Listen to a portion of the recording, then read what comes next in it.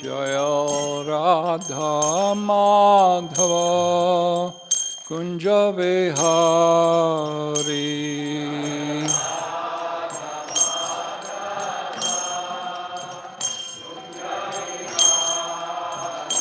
Jaya Radha Madhava Kunja Vihari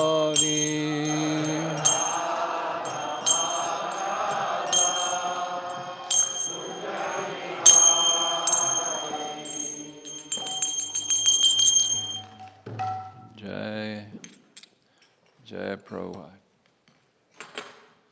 Jnana Timirandhasya Jnananjana Shalakaya Chakshurunmityangena Tasmai Shri Guruve Namaha Shri Chaitanya Manobhishtam Sthapitam Jena Bhutale Swayam Rupa Kada Mahyam Dadati Sabhadantikam.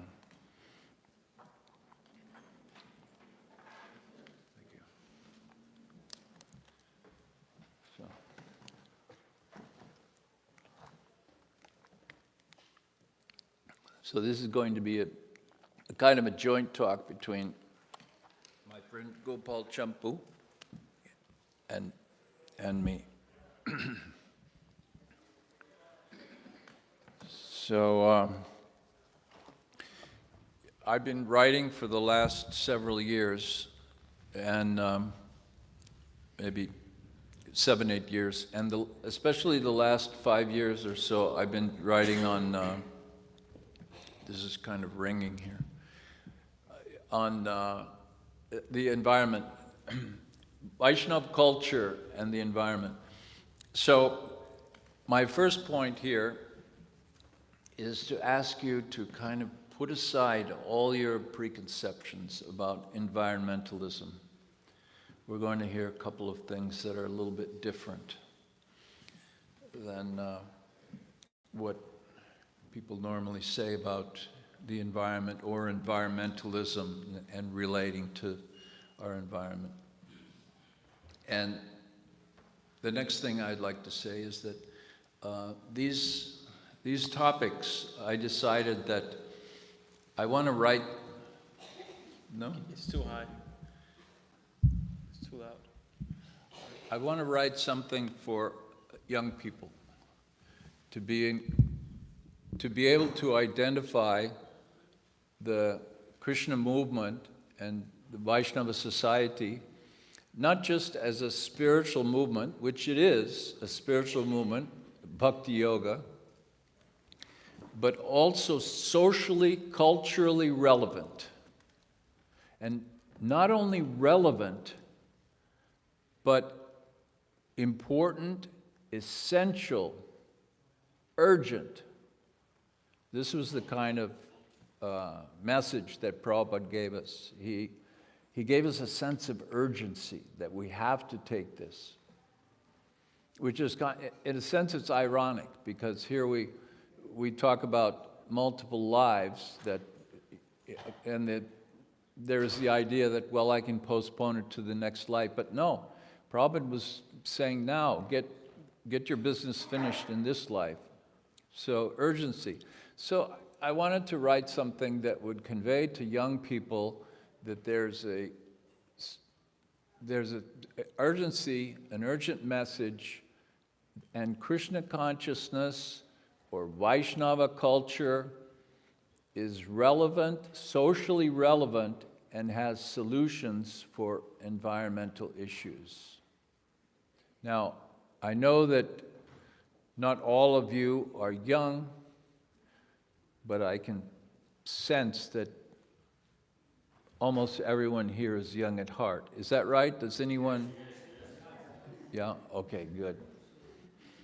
So, all right, so I want to make it really simple. I want to first a little show and tell. So I wrote this book. This is meant to be kind of directed towards academics. It's 450 pages long, and it has about 1,000 footnotes, references to journal articles, newspaper articles, Bhagavad Gita, Vedic literature, the Vedas themselves. So very authoritative.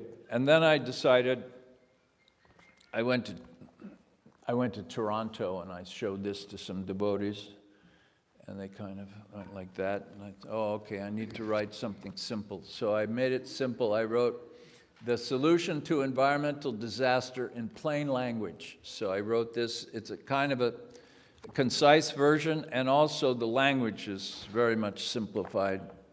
And this is a teacher's guide to that. So, in other words, I'm very serious about this service. Now, I'm just going to go over 3 things, and we're going to have like a dialogue here. I'll turn it over. Maybe Gopal Champu will just take it away, and I won't have to say anything more. So, 3 things: overconsumption, enjoyment, and cultural change. So first of all, overconsumption is the cause of almost all environmental issues.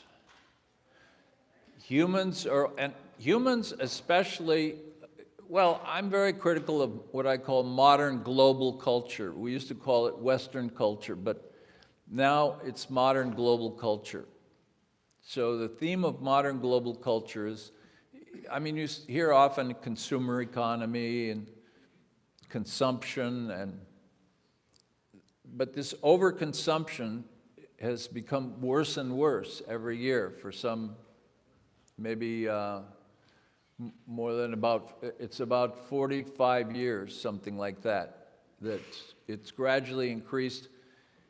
I mean, it's increased over 150 years or something like that, but the last 45 years, the amount of consumption has increased beyond what the earth can supply. And this culture, American culture, European culture, those are the guilty parties. And along with overconsumption comes pollution. We're consuming all this, so then all this pollution, air pollution, land pollution, water pollution, and depletion. Overconsumption caused depletion of resources. Again, water, and some of the resources that are depleted will take hundreds, if not thousands of years to renew. So overconsumption, I want to establish that that's the main problem. Then enjoyment. So what does enjoyment have to do with it? It's addiction to overconsumption. In modern society, there's an addiction to overconsumption, and a good way to address that, and I think Gopal Champu Prabhu will quote some verses to support this, because it might sound like I'm just sort of making this stuff up. This is based on Bhagavad Gita and other Vedic literatures. Enjoyment. If we're addicted to consumption, to consuming these natural resources, we have to break this addiction. And Prabhupada taught that the best way to become detached from a materialistic life is to find enjoyment in Krishna consciousness. So, enjoyment, replacing the enjoyment that people feel when they consume, when they look constantly for their comforts, with Krishna consciousness.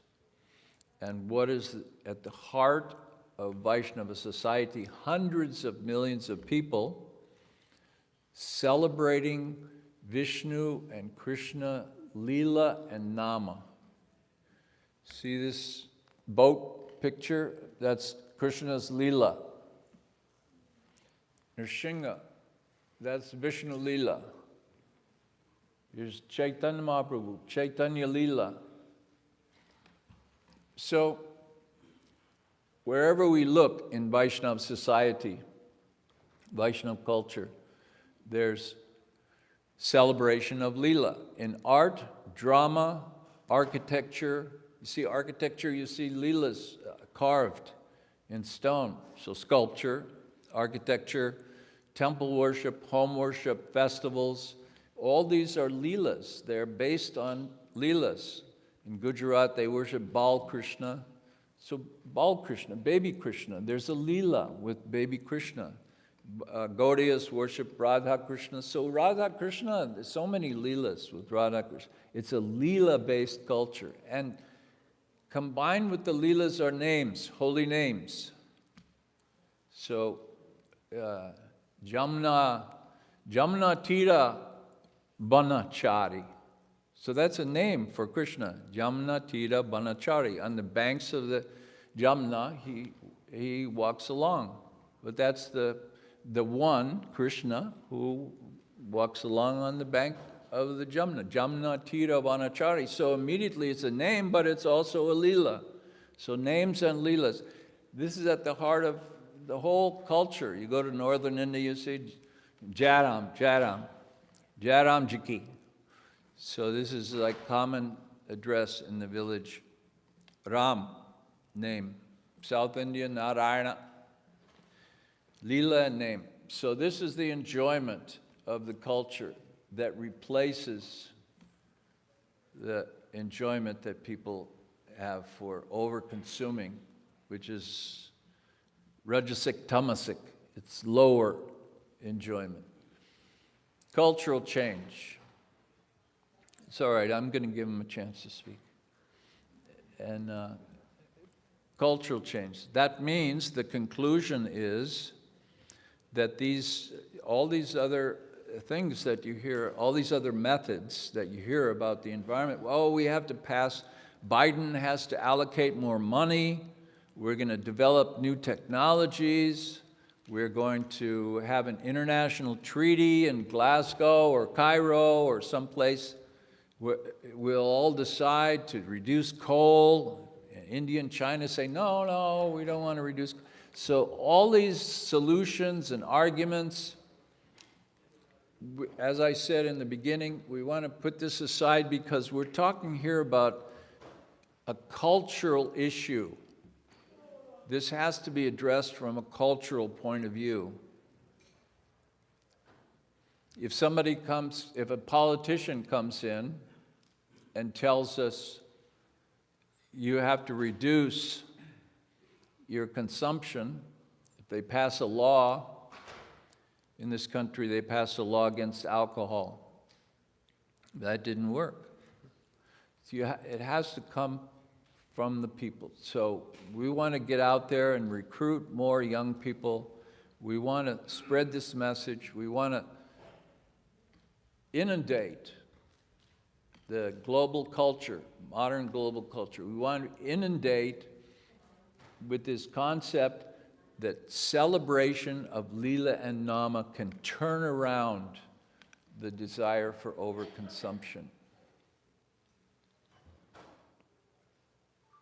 Cultural change. Did I do okay? Did I go over time? You did good.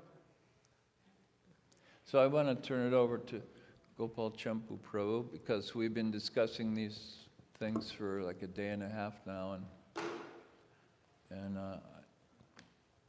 he's like a sharp guy.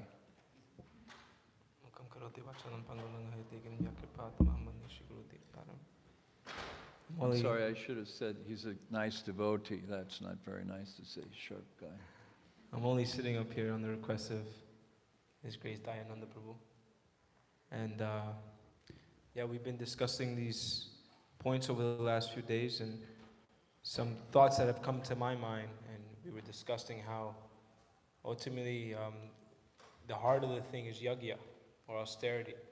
So we hear on the Bhagavad Gita, Bhoktaram yagya tapasam sarva loka maheshwaram suridham sarva bhutanam gyantam mam santirachati. So that Krishna ultimately is the enjoyer of all yagya, Bhoktaram yagya tapasam.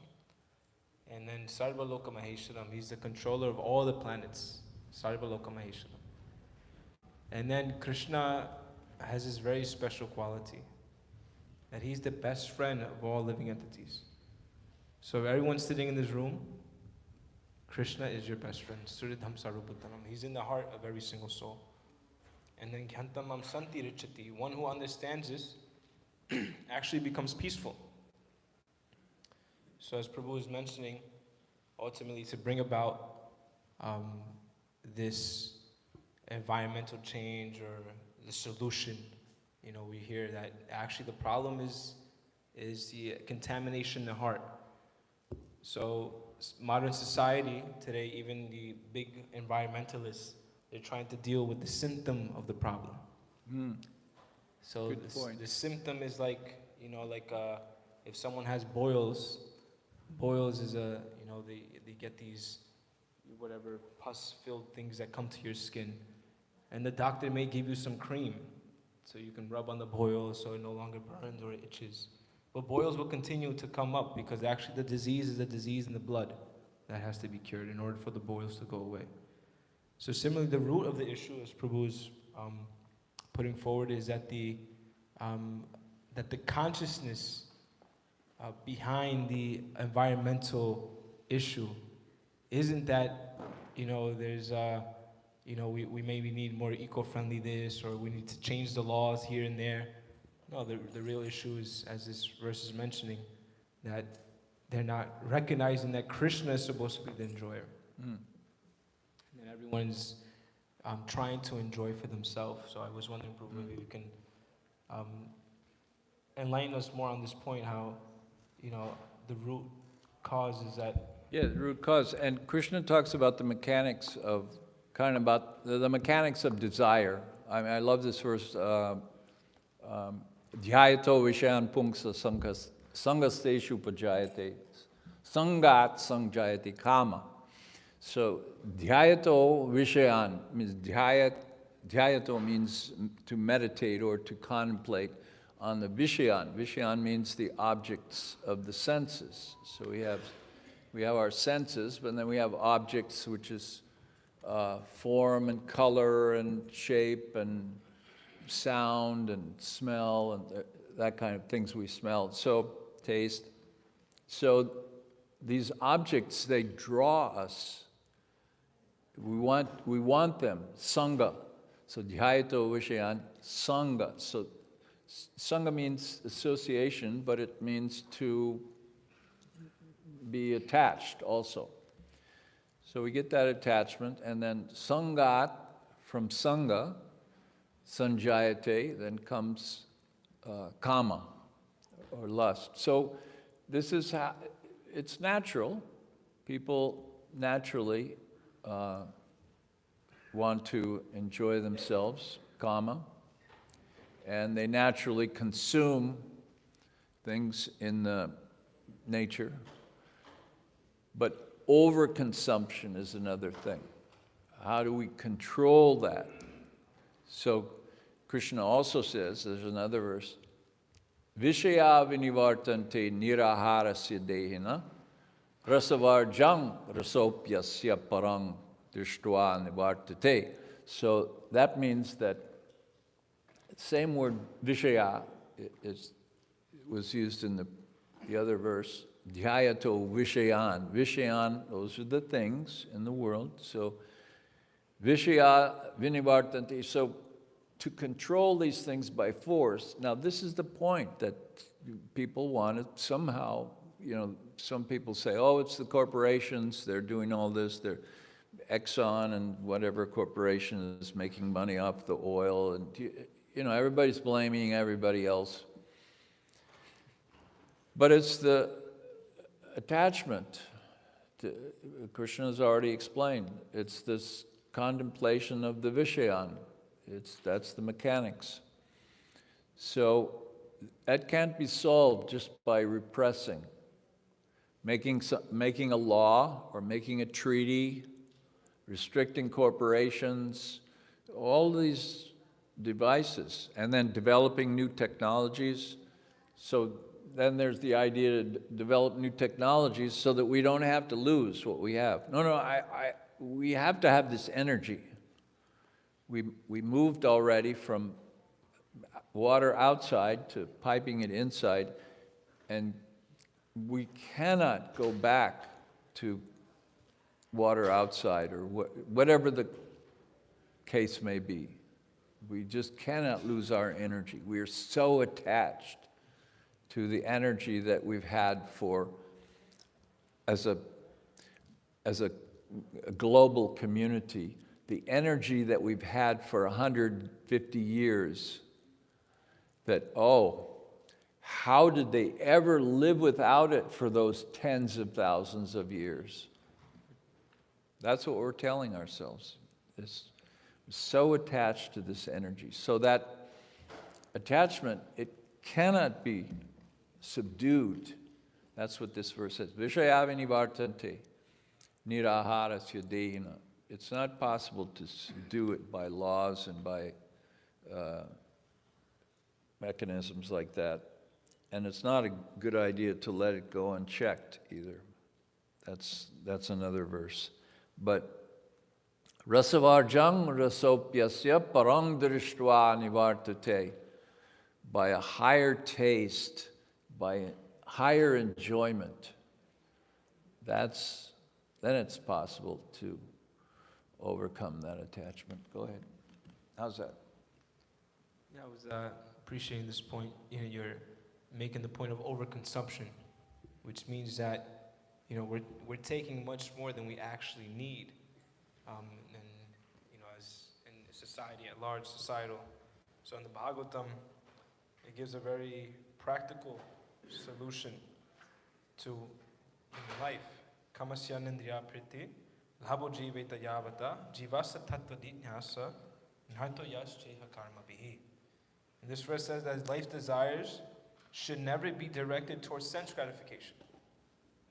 And we look around, practically the whole entire world it's designed as a mechanism to make everyone enjoy their senses.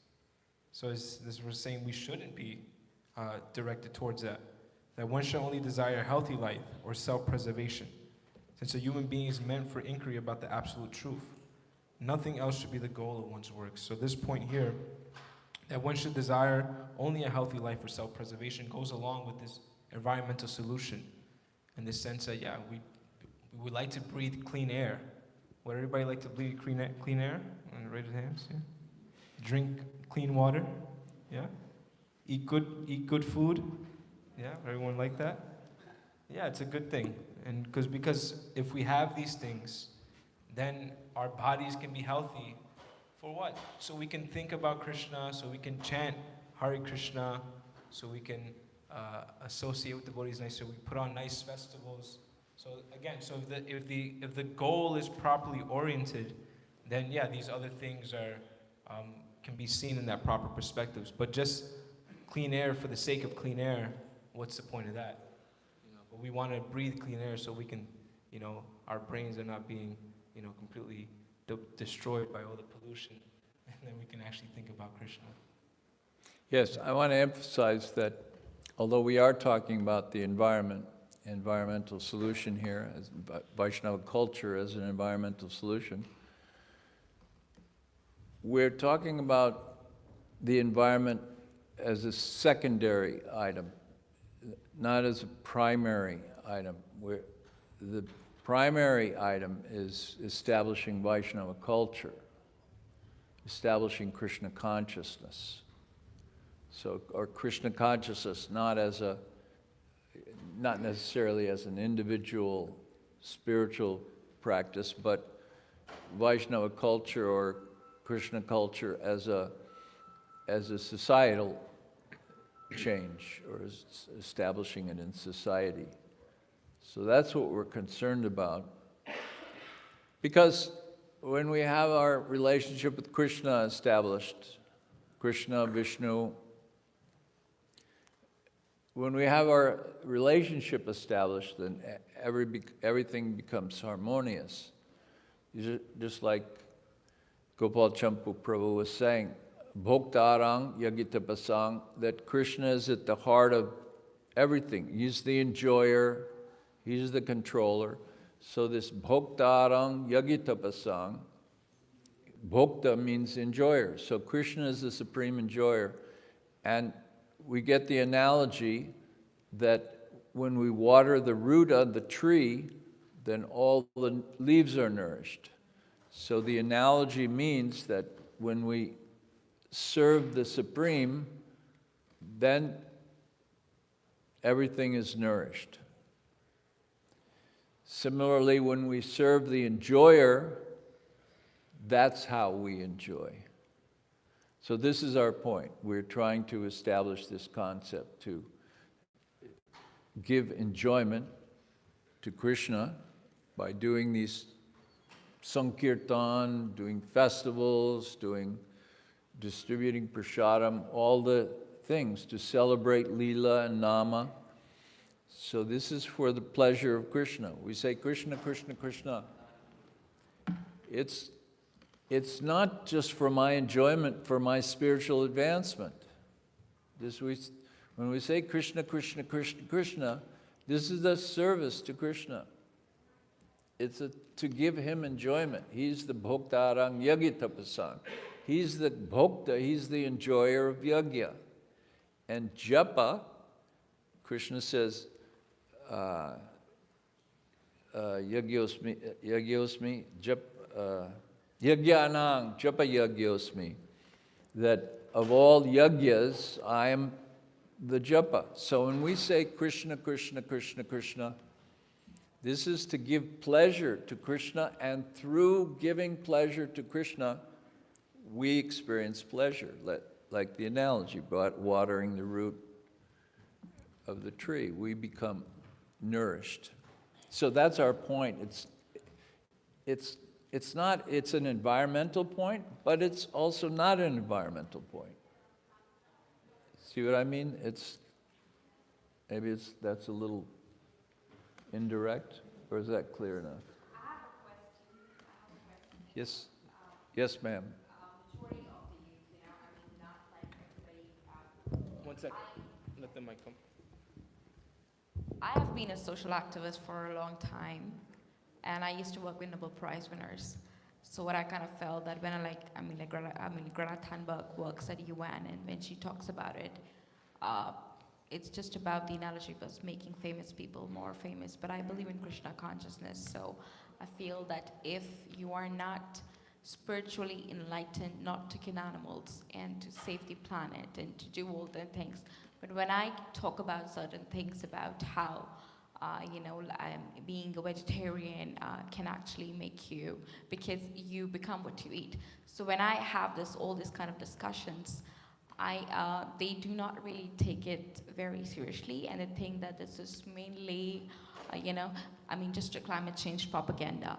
So I do not know that we as young people, what we can do to actually enlighten, the youth of the world to actually rise up. So Sadhguru started the Safe Soil movement. I don't know if you're aware of that, Safe Soil. Mm-hmm. But I do not think that just by signing treaties to save soil can actually help, unless and until we go and do something. So there was a Nobel Prize, I'm sorry for taking so much long time, but there was a Nobel Prize winner called Wangari Maathai. So she started the Green Belt movement, Chipko movement. And she said, unless and until you are planting a tree, or you're actually nurturing a tree, you are just talking. So what would you suggest for the young people, that how we can pass this beautiful culture about being Krishna conscious, that when we are Krishna conscious, so we know that what is right and what is wrong, like intuitively, right? So how do we go in that, like how we can spread the message? Yes, well, there's a couple of things.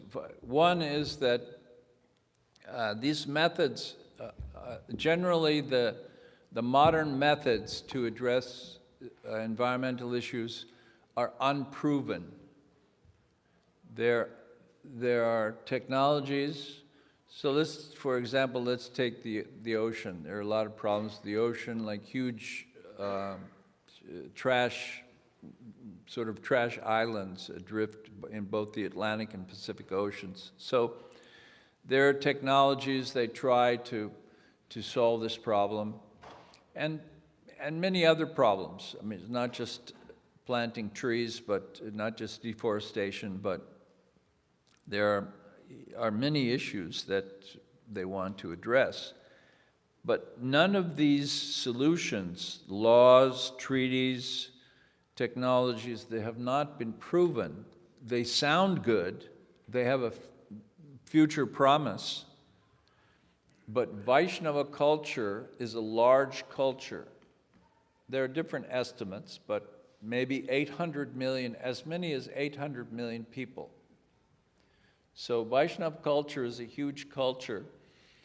And Vaishnava culture has, yes, let's admit, it's been kind of overrun by modern materialistic ideas. However, still today, Vaishnava culture intact has a far more harmonious relationship with nature than modern global culture. Modern global culture meaning America, Europe, Australia, Japan, and then all the other countries who are trying to participate in globalization. So Vaishnava culture is a proven culture. Now, especially if you go up to, say, all the way for thousands of years, up to Indian independence. And then even after Indian independence, there was some industrialization, and then finally in late 80s, early 90s, globalization. So up until those times, you could just go to India. It's so obvious that Indian people were living more harmoniously with nature.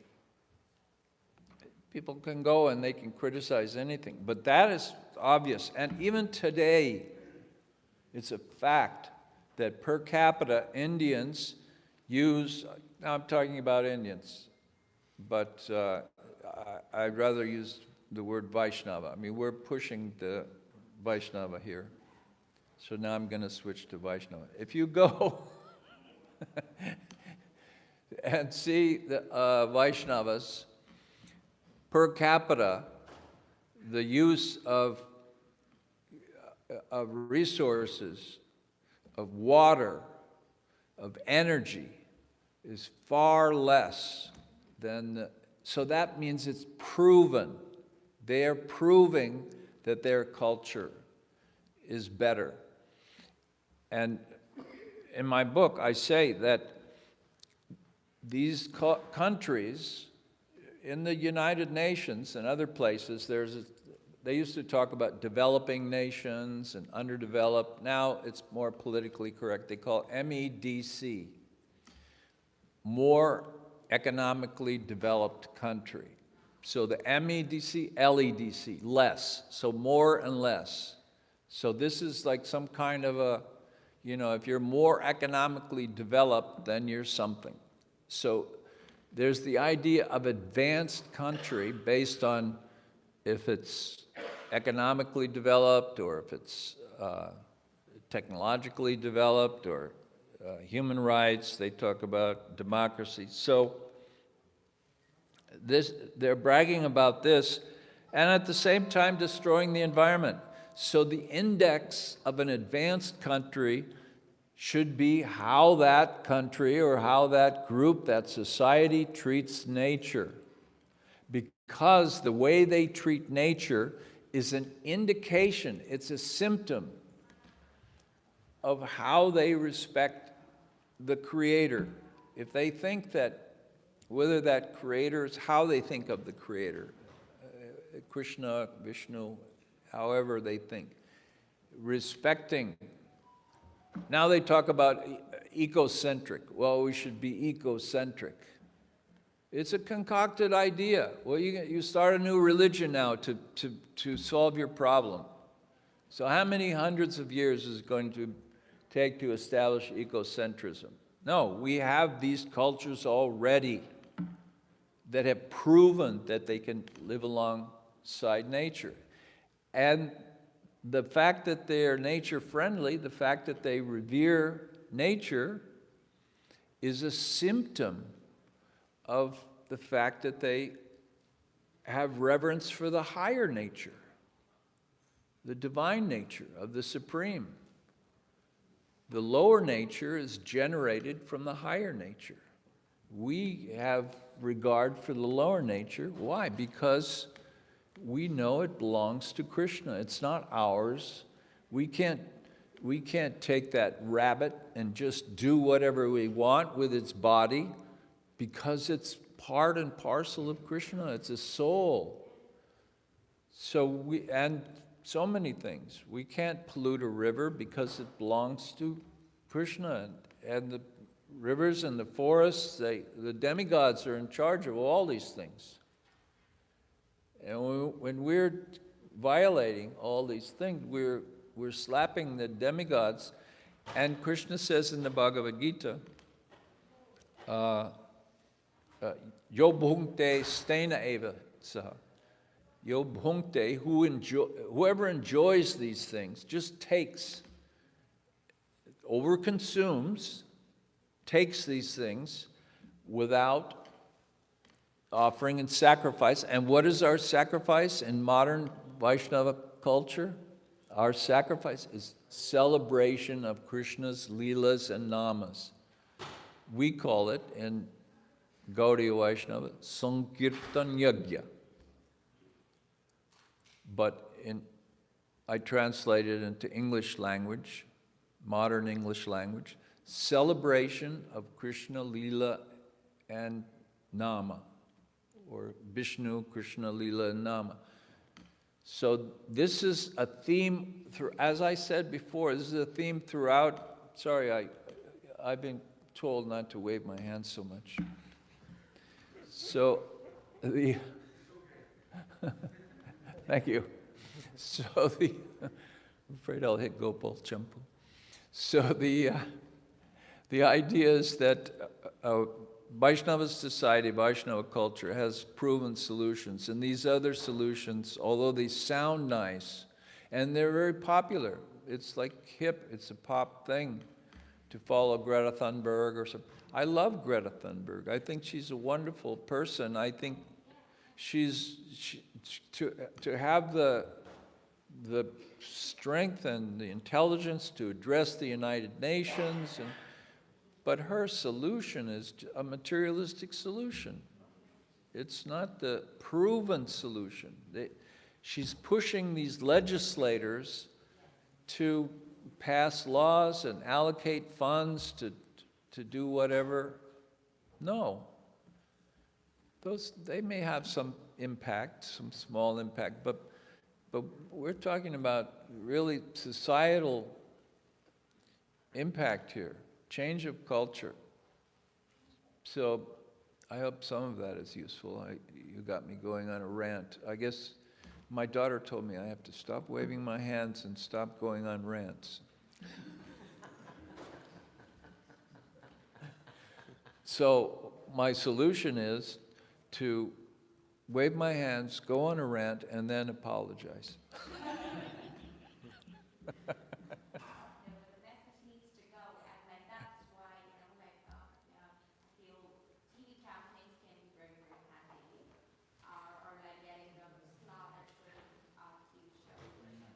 Yes.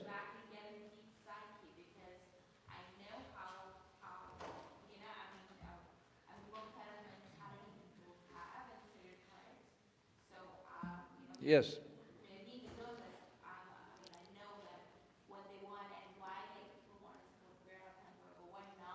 Now, one thing I like to emphasize here, in my book, I don't use the word spiritual, and I avoid the use of the word religion, because there's prejudice against, they say, oh, you're coming with something religious. Or as soon as you use the word spiritual, there's all kinds of connotations of this word. So I prefer not to use these two words, because I feel that prejudices people's idea of us. You know, I prefer culture. We have a cultural solution, and this cultural solution works. The modern culture doesn't work. And for the modern culture to try to internally come up with solutions, it's not a good idea. Jai Shri Krishna. Radha Govinda.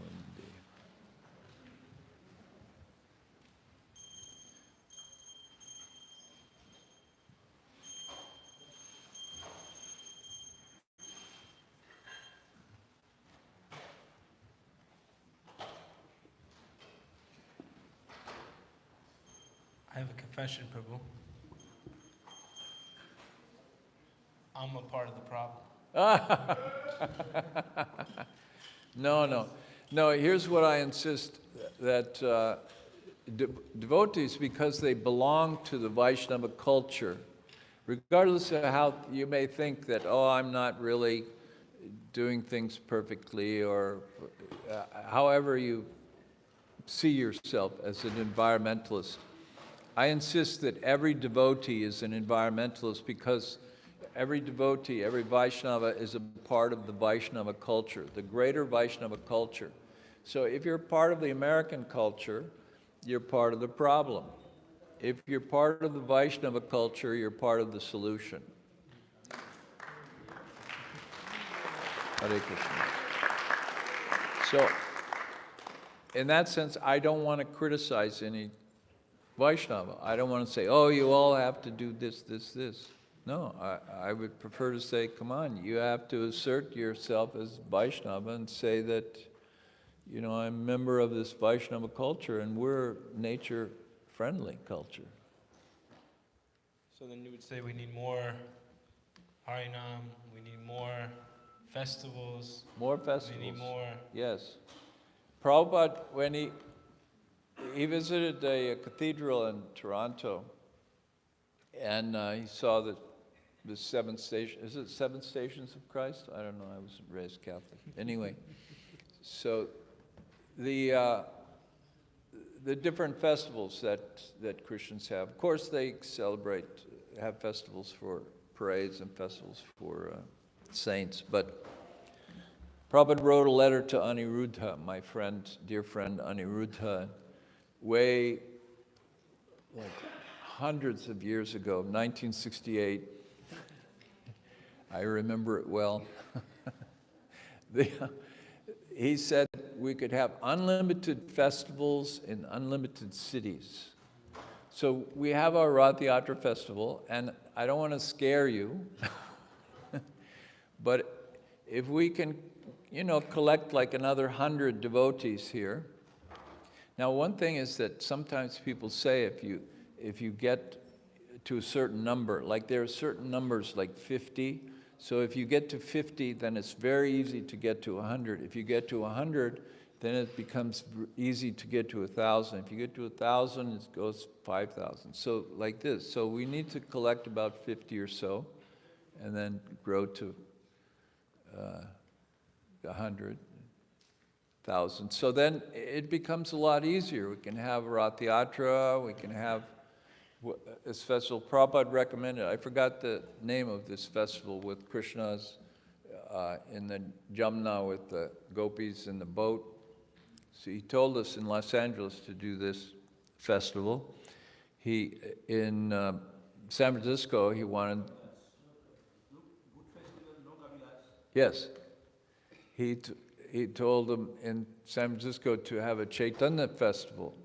So they made a big image of Chaitanya Mahaprabhu and carried it. But then he also says, he wrote Shyam Sundar in London, he said that you organize a festival, Chaitanya festival, I think it was Chaitanya's appearance day or something. And he said, you and I and George, meaning George Harrison, he said, we can walk in the Chaitanya festival. So Prabhupada was thinking about these kinds of festivals. I mean, we have to have everything go on, all of our activities, but we have to, if we have 1,000 devotees, you know, who are really active and young and vibrant and energetic, then we can do a lot of these things, Harinams. I remember coming to New York, and I'm actually a West Coast person, so I remember coming to New York, and the Harinams were just incredible. With Harinams would go down into Times Square, and then all of a sudden there would be a drama. Some devotees would perform a drama, and big kirtan, maybe 150 devotees would be there, and there would be tremendous day or 2-day effort to make these really nice sweets, laglus. So really good quality. So distributing those, and drama, banners, and all kinds of sankirtan, expressions, all these expressions of leelas and namas. If we have more people, so this is our solution. We want to gather more people, have more festivals, and assert our culture. There's nothing wrong with asserting our culture. Look at how Greta Thunberg asserted herself in front of the United Nations and the American Congress. She asserted herself wonderfully. I mean, what a wonderful person. I admire her, as a person. I don't admire her the ideas that she's presenting. But we can also assert, we have the right. We live here, we can assert. I mean, this is the society of asserting ourselves, You have to call me this pronoun, you have to pass this law, you have to do this, all these different assertions. We want to assert Vaishnava culture, which is come work with us and let's put on big festivals and let's do grand celebration of Krishna, Vishnu. See, I keep butting in front of him. I should. This is the problem, old men. But it's easy to apologize afterwards. So that's the solution. We're getting it right from you, Prabhu. The chanting the holy names, more lila, more festivals. So maybe we can loudly one time chant the holy name together. Hare Krishna, Hare Krishna, Krishna Krishna, Hare Hare. Hare Rama, Rama Rama, Hare Hare. So you're all, one more time, everyone is an environmentalist. All Vaishnavas are environmentalists. So please consider that. We're an incredible culture, nature-friendly culture. Hare Krishna. And where can devotees, if they wanted to get their hands on your book, Prabhu, or more information? Yeah, they can go to the website, my website. We have this, we decided, some friends of mine were a little slow. They said they would publish my books, but then they never did. So I established what I'm calling the Center for Vishnu Culture. I use the word Vishnu culture because it's for outside people. Vaishnava is kind of a big word. They don't know what that means. So, Center for Vishnu Culture, CVC.guru.